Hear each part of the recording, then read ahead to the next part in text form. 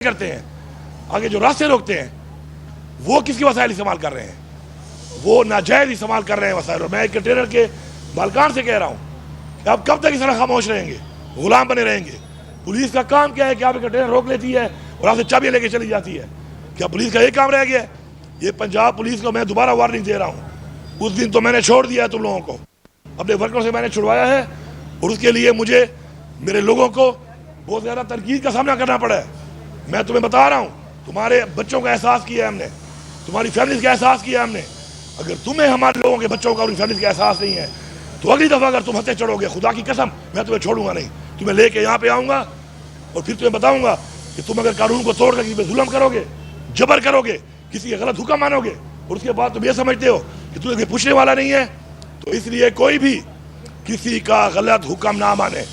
सबसे पहले इंशाल्लाह मैं जो अमेंडमेंट कर रहा हूँ एक्ट के अंदर, आप देखेंगे कि मैं उसमें लाऊंगा ये चीज़ कि अगर वज़ीर आला भी गलत बात करता है आपको, सबसे पहले मैं गलत बात करता हूँ, तो आपने गलत हुक्म वज़ीर आला का भी नहीं माना, और मैं उसको कानून के अंदर एक्ट के अंदर प्रोटेक्शन दूंगा।